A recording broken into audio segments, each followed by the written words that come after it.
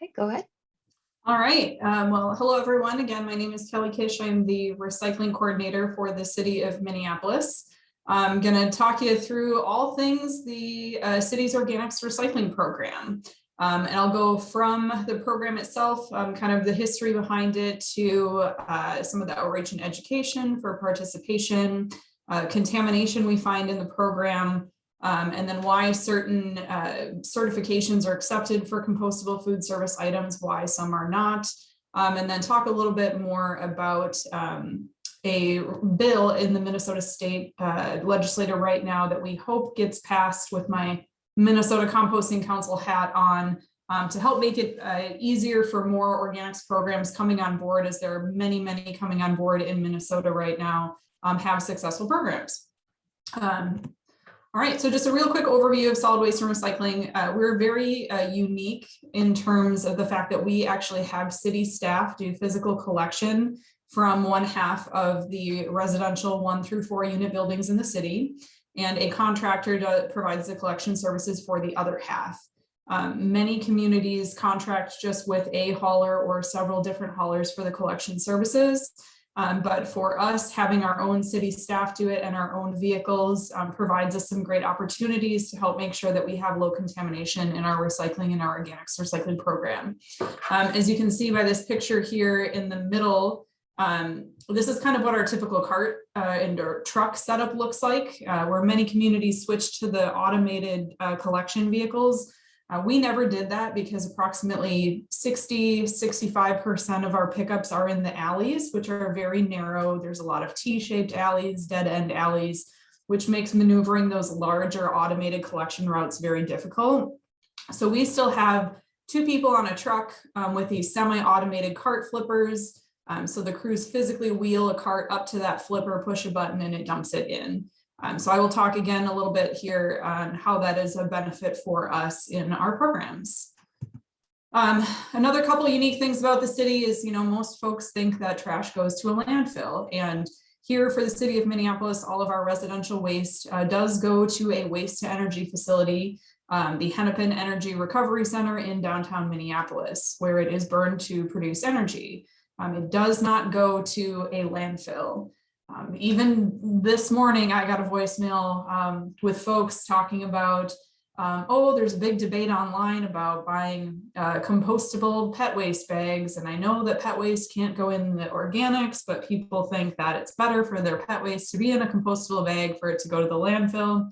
So I just want to reiterate and reaffirm that our garbage goes to a waste energy facility. And this is from a resident I talk to quite frequently who is very well aware of the waste system. So lots and lots of questions and comments all the time about where our waste goes. As far as our organics are concerned, and our yard waste, the collection vehicles pick them up, drop them off here at the little purple dot, which is the Malcolm transfer station right off of University and 280. It's kind of right behind the Surly Brewery, if you are from the area and know where that is.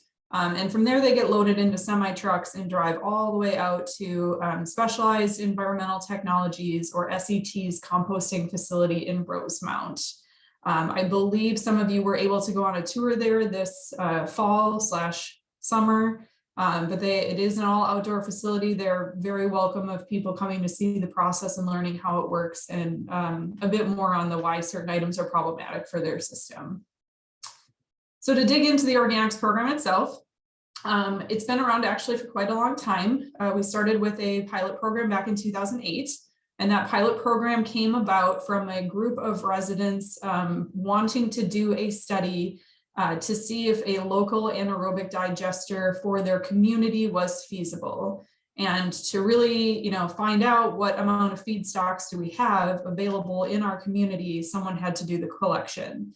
So the neighborhood group approached the city to do that pilot.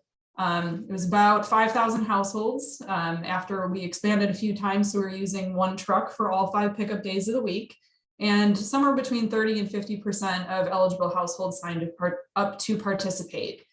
The city was already working with a consultant to evaluate different collection methods of rolling the program out citywide when Hennepin County passed a resolution that stated that all cities of the first class, which in Hennepin County, the City of Minneapolis is the only one, must implement a organics recycling program by January 1 of 2015. So we went pretty much immediately from rolling out our our big blue recycling carts into developing and planning the rollout of the organics recycling program. In between the time when we were working on the rollout plan, because buying more trucks, hiring more staff, buying carts, all of those things takes a good amount of time. We were opening residential drop-off sites to give folks who really wanted to get started an opportunity to participate in the program prior to getting that cart delivered. And you can see our sign-up rates over the years, they do continue to increase. You can see some pretty big jumps there from not having a curb and alley program to getting one started. I mean, our first year was a 31%. We hadn't even started delivering carts to half of the city at that point. We are now up to a little over 51%. And the consultant study that was done found that we should hope to see around a 40% participation or opt-in rate. So we have surpassed what the consultant study thought that we would get to. And just real quick, here are some of the different methods they were considering for collection. And each one of these in that study evaluated, staff costs, truck costs, transportation costs, disposal costs, greenhouse gases to a lesser extent. And when all was said and done with the wants of composting facilities to keep their feedstocks, to keep their browns and greens, the yard waste and the food scraps separated, along with emerald ash borer and the need to grind any of the wood waste leaving certain counties that are in the quarantine zone, the city decided to move forward with the option where we collect organics on its own, separate from yard waste. I will note here this bottom bullet, SSO co-collected with garbage in parentheses blue bag. That is the model that is going to be rolled out by Ramsey and Washington counties here in the next year and a half.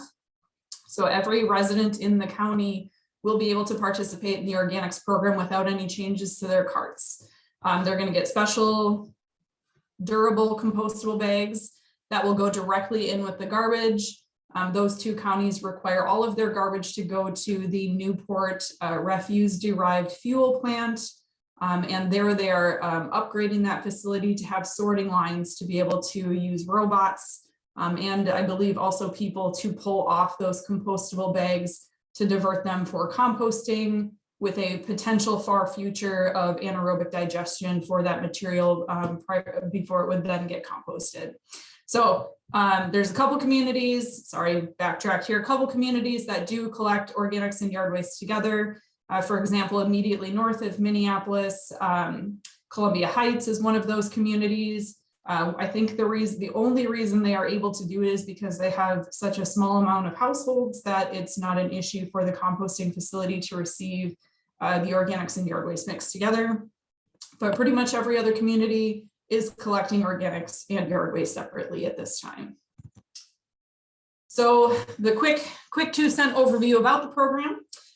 There is no cost to participate for anyone that has City of Minneapolis garbage or recycling service, but folks do have to sign up to let us know they would like a cart.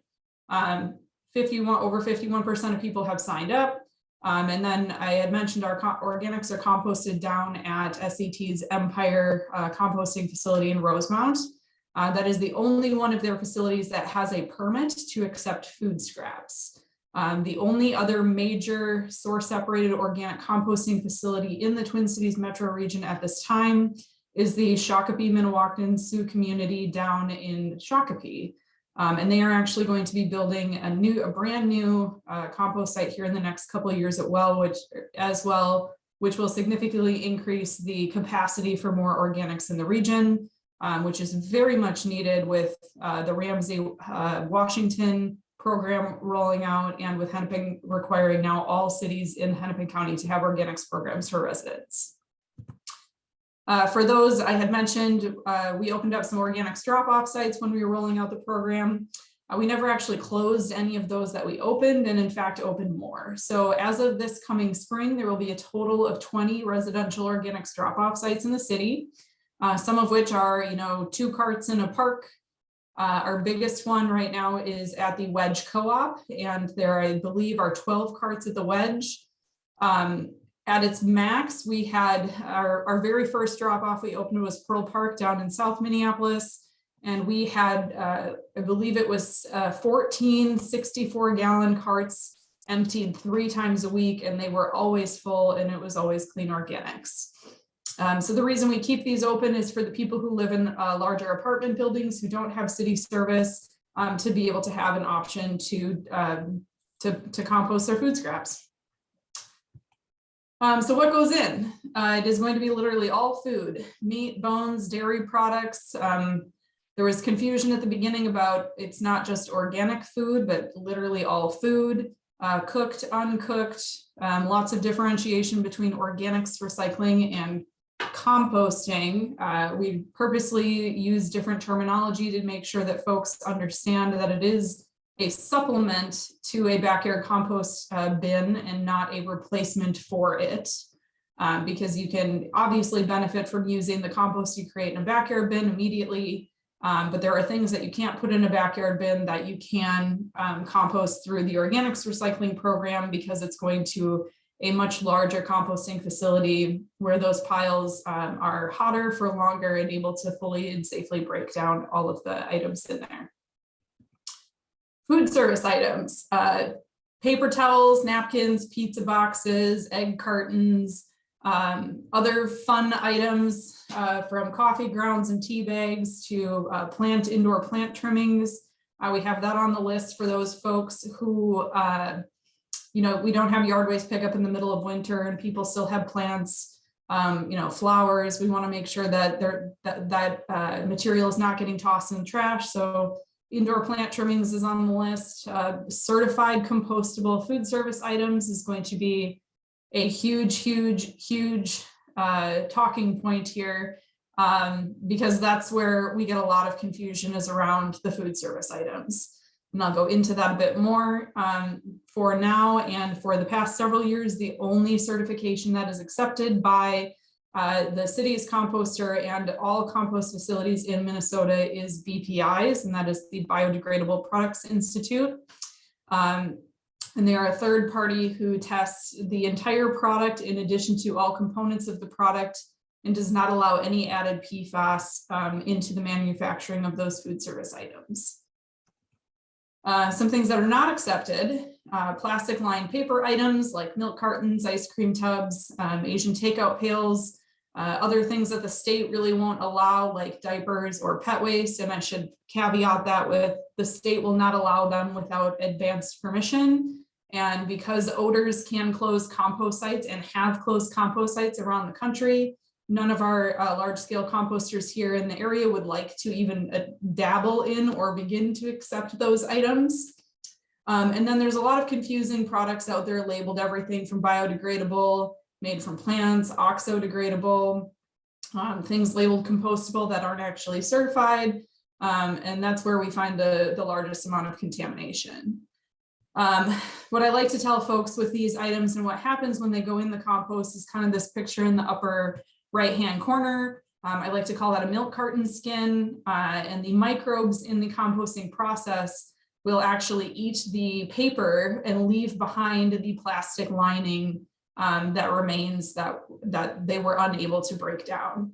And this piece in this picture was big enough they were able to actually screen it out after the composting process. However, all the little bits and pieces that are missing have now become microplastic in the compost because there's not a screen small enough that they're able to separate those. So for organics, it is very important that if you are not confident if an item is certified compostable or if it is an item that can be composted, to just not put it in the cart in the first place. Because unlike with regular recycling, where there's equipment and people and they sort stuff out before it goes on to be recycled, that doesn't happen for composting. And it's only after the active composting process that they can actually remove the contaminants. So how we promoted this, I'm not going to spend too much time on this, but outreach and education are huge for any program. We did, all sorts of standard educational methods, and we have a couple of fun and unique ones. from going out to tons of neighborhood and community events, through our 2-person crews who physically are touching every cart to dump it in the truck. That gives us another point of education. And I'll just quickly go through some of the promotional methods we used. So at the beginning, this is a brand new concept, brand new program. We needed people to know what organics recycling is. So we did some really simple messaging, and we tied that with some different family photos to try and show that it's something that everyone, all age, all ethnicities, all sexes, everybody can do this. From there, we went on to include some of our family photos into a pre-translated brochure, trying to break down language barriers as a potential reason why some people had not signed up for the program. And in both our very first mailer and also this one, we included this postage paid reply card. So the only thing people had to do is physically write their name, address, phone number, put it back in the mail, and then the organics cart would show up at their house a couple weeks later. And they'd also get a welcome kit in the mail that described the program a bit more. I think these are incredibly effective in terms of a response rate. We also had people had the option to sign up via an online form or by calling our call center. We have our own internal 6-person full-time employee call center who just take questions about garbage, recycling, organics all day long. We get somewhere between 100 and 300 calls a day. So definitely a well-utilized office. And again, people really do like to talk trash. But the postage paid reply card was very effective, and I believe that Hennepin County is encouraging many other cities as they're rolling out their program to include that as a tactic or a way for folks to sign up. I mentioned the welcome kit. So after someone does sign up for the program in any of the ways, phone, email, call, they get this lovely little packet in the mail. One is just a welcome thank you letter. They get a nice refrigerator magnet that kind of goes through the what can and can't go in. A starter set of mini compostable plastic bags for their kitchen collection container, a home setup tips guide. I will go into why this is super important for us in just a moment. And then for the first couple of years, we also got or created a coupon sheet for folks to get compostable food service items or to get a kitchen pail or buy compostable bags.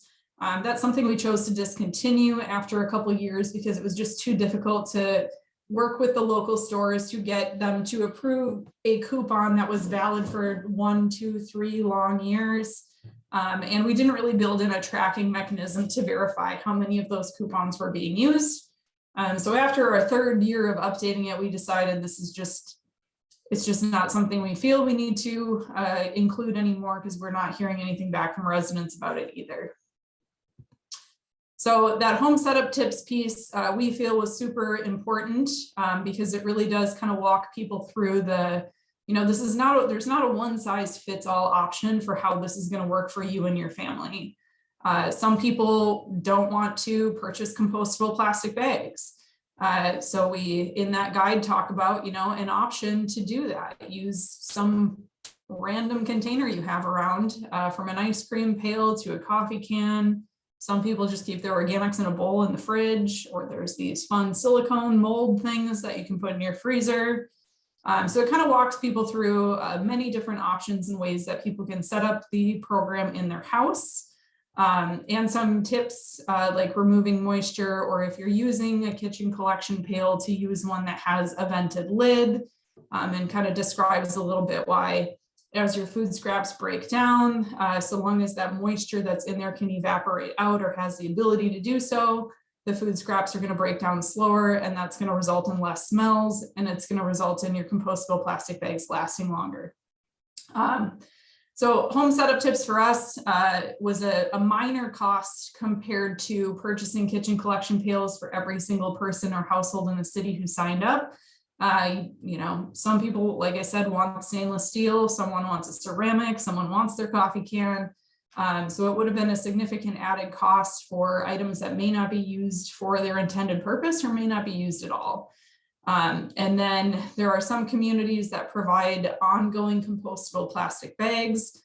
Same thing there, different preferences. There's so many brands out there that we chose to not do that and develop this guide instead. And that in and of itself probably saved our annual operating costs probably close to $2 million in those two minor choices. We promote and continue to promote the program at neighborhood and community events. For a while there, we were even sponsoring some of the bigger events by providing all of the compostable food service items for the event itself, setting up and collecting all of the organics from the event itself, and then having finished compost available for folks to touch, see, smell, feel, and be able to take some home for their plants. So they can kind of see the full circle of how the program works, and encourage them to sign up and participate at their home as well. A lot of these events had these nice tables like this one in the lower left-hand corner, where we've got a grouping of items that are accepted and a grouping of items that aren't. Whenever we go to events, we're really good at playing Tetris and trying to make our amount of stuff we have to carry very small. But having the physical items there for people to look at, to touch, to ask their questions of, to spark their memory of what their question was, is super effective and very helpful and totally worth the lugging around all of the stuff. We've also had to try and, again, make sure we're reducing as many barriers as possible with areas where there has been lower sign up, which tend to be our lower income and BIPOC communities. We have had folks go door to door to make sure we're bringing the information directly to them, be able to answer any questions, help them get signed up. And we've seen good successes with this outreach method as well. And we may be doing more door knocking type work this spring. We're kind of gauging how people feel about door-to-door work with the pandemic still going on, and also with some of the safety concerns in our communities right now. We also have a recycling block leader program, trying to use some of our community-based social marketing technologies. You know, many folks don't want to listen to the city, but they'll listen to their friends, family, and neighbors. So let's get anybody who wants additional information than the broad public messaging. Let's give them a way to get that information and then request that they share it with their friends, family, and neighbors. We do special trainings for our recycling block leaders. We organize field trips for them. We also organize field trips on a annual basis out to the compost site, so folks can see that the process in action. I think right now we have about 400 recycling block leaders, but there is over 10,000 blocks in the city. So we've still got, quite a few folks. There's way more than 10,000. There's more than 100,000 blocks in the city. So every little bit helps. And one of my favorite slides to show is this one, where during some of our ad campaigns at the start of the program, we asked folks how they heard about the program. And this right here is showing, if we take our word of mouth, we take our door knocking, and we take our events, that is 50% of that pie. So 50% of the way that people heard about this program was through some oral format. Which really validates all of the time and energy we spend out at neighborhood and community groups and trying to do all these fun things to encourage people to talk about trash with their neighbors. And then that last thing where I mentioned our collection crews give us a great opportunity for education as well. So since they physically have to touch the cart, what they do is they peer inside to see if there is any contamination. If there is, they will leave one of these lovely bright green tags on the cart and not dump the cart. There are chances where they have already dumped the cart before they see the contamination. They will still leave that educational tag.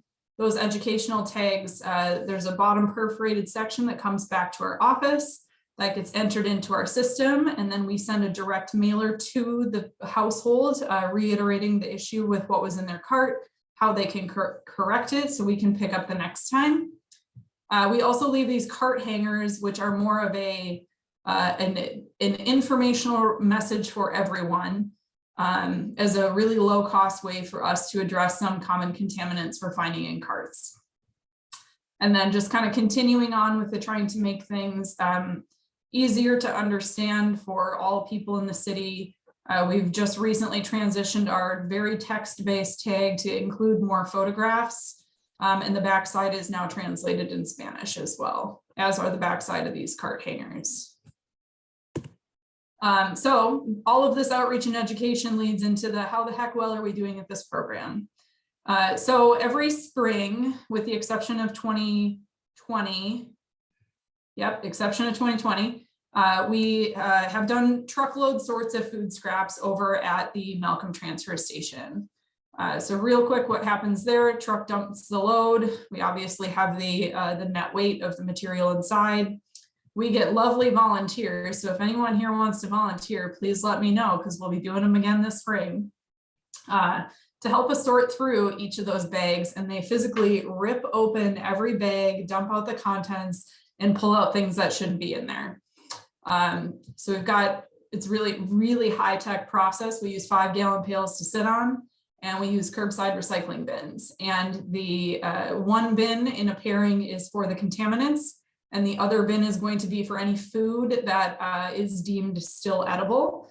And we've started pulling out edible food, I think, in 2018, with all of the focus around wasted food and the city's, or the federal government's goals to reduce wasted food. Over here, you can see this is a nice package. I think that day we found 33 pounds of pre-sliced cheese in these packets. We have yet to figure out exactly where they came from, but just a great example of, that was 33 pounds of cheese that unfortunately someone should have taken the time to cut them out of that plastic. So after all of the pile is sorted, all of the bins are brought together and the contaminants are sorted by type. And then from there, each container is weighed, and then we have an average for that truck. And then, you know, we do it again 4 more times for the city as a whole, or for the sorts for that year as a whole. 2018, 2019, we had 0.68% contamination. Absolutely unheard of for a residential organics program anywhere in the country. I actually do think I've got someone flying in from the East Coast this year to participate because they do not believe it's true. In 2021, we did see a slight increase in contamination up to 1%. That's still unheard of anywhere in the country. And as you can kind of see in like this contamination picture here, by weight, it's probably less than that. Because you can't get all of the wet, gooey foodstuffs out of some of these containers or off of the paper. So we know that actual contamination by weight is slightly less. Our main contaminants are going to be, again, those food service items, mostly plastic lined paper products that are confusing or misleadingly labeled. Recyclables, on occasion, you can tell that, you know, someone just threw the wrong bag in the wrong cart. And then some non-compostable plastic bags, meal delivery service items, produce bags from a grocery store are a real kicker, since they're often tinted green and people aren't necessarily paying quite as much attention to, is it actually certified compostable or is it just tinted green? Edible food, you can see here, some of the stuff you could rinse off, wash, take home and eat very easily. But anywhere between 3.7 and 7.2% of a truckload by weight was edible food. So what we were finding there is, you know, essentially what educational messages do we have available to us to try and change some of these purchasing habits so we're not throwing this food away, and food storage habits. These reports for our sorts are up on our website, and I can show you that here in just a minute. I know I'm doing okay on time. Composting process. Before I came to the city, I was working at Carver County through a grant from the Pollution Control Agency at a demonstration composting facility. So I've spent a lot of time out at compost sites myself. It's very fun. It's very fun in the middle of winter. If you go out there today, you'll still see steam coming off these piles. But a quick little walkthrough of SCT's composting process. They use, a lot of compost sites use a grinder to actually grind up the yard waste and the food scraps. At SCT, they like to use an agricultural feed mixer instead. One of the reasons they do that is if there are things like glass bottles that make it in, that glass bottle is not actually getting crushed. but will remain whole, and then it allows them to more easily separate that out after the active composting process. So they're mixing their yard waste and their food scraps in the egg feed mixer, opening the little door, creating a windrow, which essentially a long pile. And their windrows are built on top of these aeration tubes, and they're essentially really long, like 150 feet long PVC pipes with poles or holes drilled in there, and they use a fan set to particular timers to push air up and through the pile and help keep the microbes, will help encourage their activity to speed up the process a little bit. From the active composting phase, the piles, so all of these here on the left side of this big green berm, these are all active composting piles. They have to hit a minimum of 131 degrees for 7 consecutive days per state permitting requirements. And that guarantees that all of the bad bacteria and pathogens have been killed in the weed seeds. And then after that point, they can move these piles off of the concrete pad to an area like over here where they will sit then for anywhere between 3 and 6 months to cure. After each stage, they can screen it. After the active composting part, they can screen it, well, they will screen it again after it cures. But it's in this active phase, the hot, when the compostable plastic items will break down. And it's in the curing pile where more of the paper and only paper items are going to break down. This other side of the site, which you can't really see quite as well, is actually all just bulk yard waste. So this yard waste from this past fall probably won't be used till next fall. But because of the ratios needed, collecting all the food scraps and yard waste together just doesn't really make it horribly feasible to maintain composting operations all year long in the winter here, where we do not have yard waste all year. This little thermometer up here you can see is about 136 degrees. They take temperatures in each of these active windrows in at least 6 different places every single day. Thankfully, there are now also lovely remote ones where they can just leave the thermometers in there and it auto records. But it's very fun. I very much enjoyed taking temperatures of compost sites back in my day. So this is a picture of a screener and another lovely milk carton skin. You can see they're a big thing. Some of their loads down at SET are from schools, and they still continue to have the battle of milk cartons don't go in the organics, but go in the recycling. So in the screening process, they will have a super fine percentage, and that is going to be the finished compost. They will have this pile over here, which is just called overs, which is a lot of it is things that could be composted, and it will go and be reincorporated back into another compost pile. And then you can just kind of see it back in the corner here, but this is going to be the rejects. And that's where they're going to get most of the non-compostable items completely pulled out of the process. Unfortunately, the reject pile, like our contaminants from sorting the raw organics, brought a lot of the foodstuffs with them. The same thing happens here, that a lot of good compost does get taken out in the screening process as well. And then from there, SCT owns the finished compost, and they sell it for use in many different projects.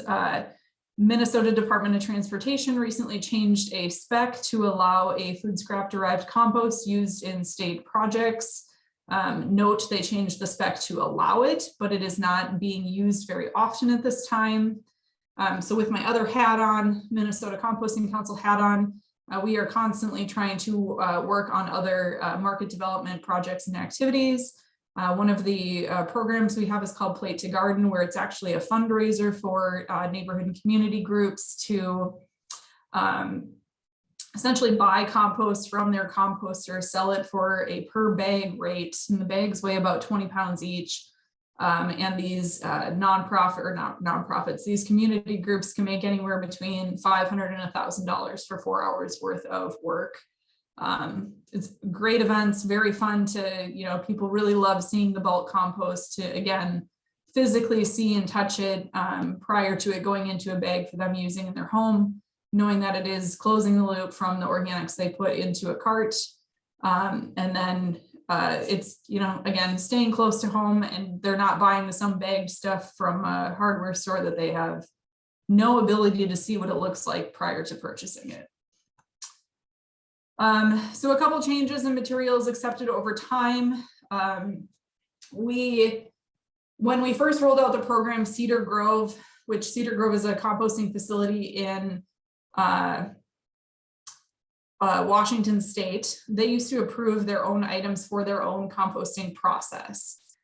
They stopped doing that, and really there was only one place in the area where you could find Cedar Grove approved items, and that was down at the convention center. So that marking or certification was removed from the acceptability list. Dryer lint was removed due to the amount of synthetic fibers in our clothing. Shredded paper got removed due to microplastics being used in ink or in toner cartridge ink. Tissue paper was removed, mostly because of glues and filters.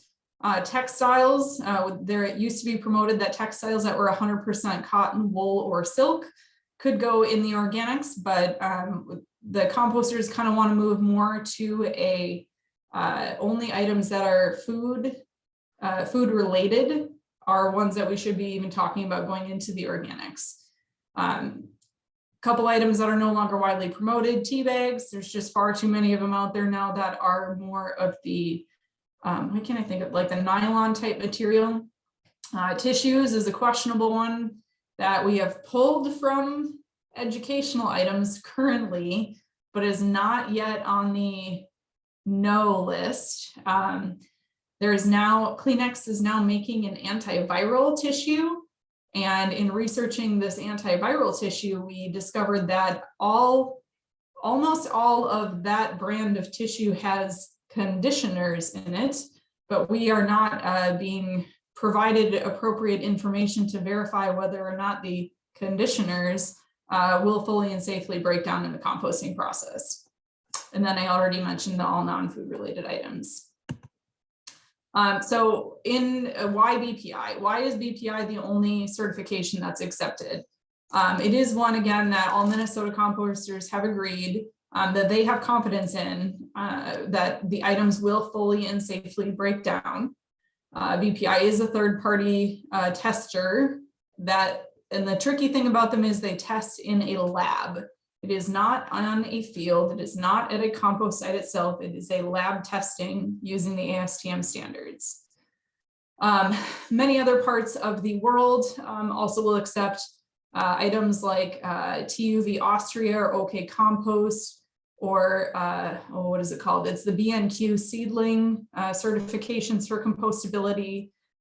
Those are reliant on the European, the EN 13432 standard, which is not as strict as BPI. So BPI will test, say you have a paper cup, they will test the paper, they will test the liner to the paper, and they will test the paper cup for their pass-fail certifications through ASTM. And the EN 13432 standard is going to test the paper cup as a whole. So if the cup as a whole meets the thresholds, then it's fine. That same cup through BPI or through the ASTM may only meet the thresholds for the paper, but not for the plastic lining that's in that cup. So to prevent microplastics becoming more of an issue in our environment, folks here, and folks meaning our composters here, have said that BPI is what they want to go with. And as far as an educator, it is much, much easier to say, if it doesn't have this logo, it can't go in, than to say it could be this one, this one, this one, or this one. Simpler the better when it comes to program participation.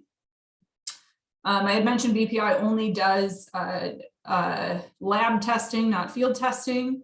BPI and CMA is what essentially came out of Cedar Grove compost site out in Washington, no longer doing their own testing. Are working now with ASTM to develop standardized field testing measures for compostable products. This all just happened in the past couple months that this has started. So I would anticipate some more information coming out of that in the next several months, and maybe looking even for some possible project partners as well. So kind of wrapping things all back up, what is needed for a successful organics program, outreach and education, how to sign up, how to participate, verification from the composters, and providing verification back out to participants of how it's going. Obviously, we need to have clean materials being diverted so that a quality product can be made. And then also the compost needs to be used. And that's one thing that we are continuing to work on here in Minneapolis, is making sure that we're trying to incorporate more finished compost into our own public works projects, and get more of it back out into the community for all of the additional benefits that compost has for our soils, our climate. Yeah. And then just going on to our Minnesota bill really quick as well. There is a compostable product labeling bill. And again, a need is to have a clean product, and the food service items being the largest confusing item for folks participating, and for restaurants buying the stuff from their distribution companies. The MNCC and the PCA have been working over the past several years to get this bill introduced, and hopefully this is the year it's going to be passed. But there is currently a law that says when a compostable bag can be called compostable, and that the word biodegradable cannot be used on bags. So the hope is to expand that same bill to adhere to food service items and packaging. It passed the House last year. It made it into the omnibus bill, but it was removed. So we're hoping this year is the year that we can get it through. As of right now, we just got to get it approved through the Senate, and it should be good to go. I'm going to skip over this slide because you guys will get the slides, but this is just some of the highlights of the language of the bill. And if you go to the MNCC's advocacy webpage, you can see a more detailed overview, and obviously also links directly to the bills as well. Here are some of the confusing, misleading items out there that are not actually compostable. We've got some bio-based silverware. This one's my favorite. I just got these a couple weeks ago from a coworker, but it's got our TUV Austria logo. It says compost me in like 5 different spots. And on the inside of it, it looks like a Mylar packaging. And it says it's home compostable as well, which there is no approved certification or standard for here in the United States at this time. We've got a biodegradable HDPE coffee pod. It's a fun one. We've just got products being labeled as certified compostable with nothing behind that certification other than I'm a manufacturer and I want you to buy my stuff, so I'm going to throw that on here. We've got a biodegradable bag. We've got probably one of the most confusing yet also most frequently used containers that you find in the Twin Cities are some of these paper foldy boxes where they're talking about the recycled paper content and the forest certifications and compostable all in one nice little package. And then we've got, this is from a meal delivery service. I loved this one. It's 98% water, 2% non-GMO cotton. However, it made a gel. I don't know how water and cotton makes a gel. And I will tell you, we squeezed that stuff out of there, dried it out, and people analyzed it. And guess what? It was not 98% water and 2% cotton. So these are just some examples of why that labeling is really important to not only protect the composters from getting this contaminants, but to make it easier for residents to understand what can go where, and then also for restaurants to stop being sold misleading products. So that is why we are really hoping that this moves forward this year to help the industry as a whole. Because if composters continue to have some of the issues with contamination that they're having, they may, like has happened in other states, stop to or decide to stop accepting compost or food service items in general. And I think that's all I have. And I don't know, did I leave enough time for questions? I think we do have time for questions. Let me pause the recording.